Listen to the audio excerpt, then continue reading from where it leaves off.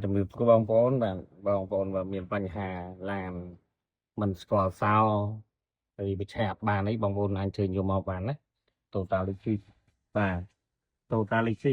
Hybrid ក៏បានមិន Hybrid ក៏បានដែរបាទដូចឡាននេះឡាន350បាទ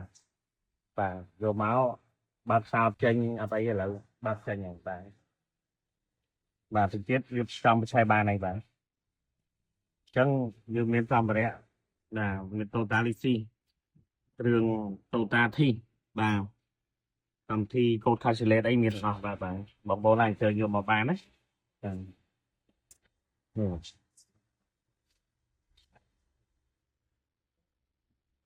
បាទអញ្ចឹងអានេះធ្វើបានដល់024 025អីបាទអញ្ចឹងអានេះ version កប់បាទ version កប់ហ្មងបាទ version 3ខ្ពស់បាទអញ្ចឹងប្រើបានជាមួយ Totality version 18បងប្អូនអាចអឺមានបញ្ហាធ្វើសោធ្វើអីអត់កើតមិនឆេះអីយើងយកមកបានណាបាទបង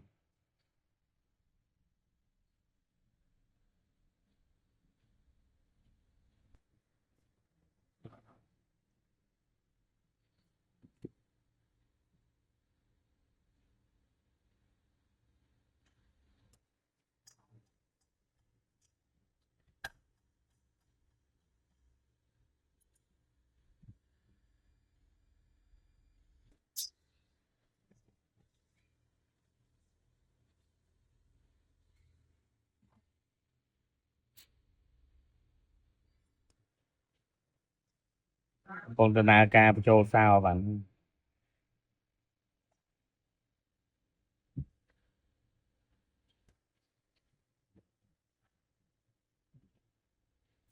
នេះសោ350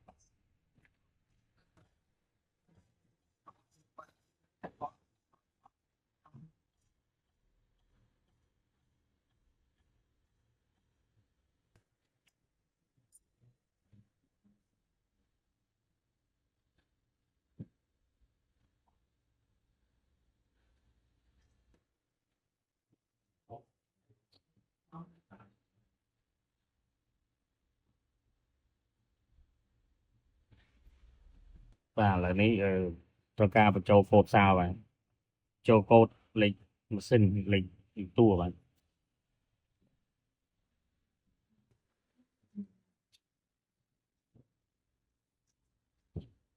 នេះ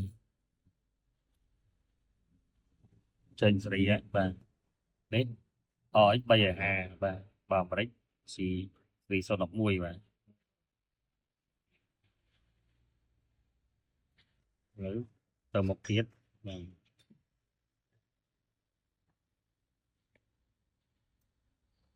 អញ្ចឹងចំពោះបញ្ហាសោបញ្ហា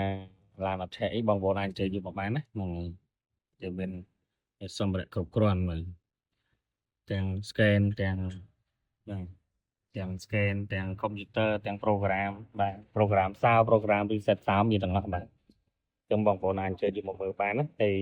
អឺ2020 2021អីក៏មាន software មើលដែរបាទយើងប្រើ software Freedom 5បាទ025បាទ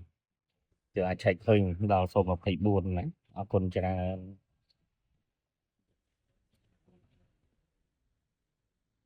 សូមជួយចែករំលែកទាំងអស់គ្នាបងប្អូនណាអរគុណច្រើន